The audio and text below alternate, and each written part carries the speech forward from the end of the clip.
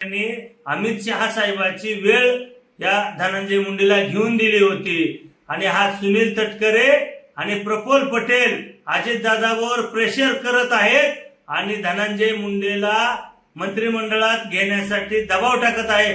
या धनंजय मुंडेने अनेक महाराष्ट्रातील माता माऊलीचं कुंकू पुसलेलं आहे, रक्त पेलेलं आहे, हे जे हात रक्ताने मांडलेले आहेत आणि अशा खून गुंड सांभाळणाऱ्या धनंजय मुंडेला जर मंत्रिमंडळात अजितदादा तुम्ही घेतलं तुमच्या पक्षाच्या वतीने तर येणाऱ्या महानगरपालिका जिल्हा परिषद मध्ये राष्ट्रवादी मराठा समाज संपवल्याशिवाय राहणार नाही। एकही मतदान राष्ट्रवादीला करू देणार नाही, याची आम्ही पुरेपूर नियोजन आणि जबाबदारी करणार आहे।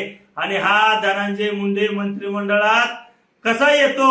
अहो, स्वर्गीय संतोष अण्णा देशमुख यांच्या कुटुंबाला अजून न्याय भेटला नाही आणि हा धनंजय मुंडे मंत्रिमंडळात आला तर महाराष्ट्रात प्रत्येक जिल्ह्यात प्रत्येक तालुक्यात वाल्मिक कराड सारखे गुंड सांभाळून गुंडगिरी महाराष्ट्रात बिहार सारखं करण्याचं नियोजन करेन।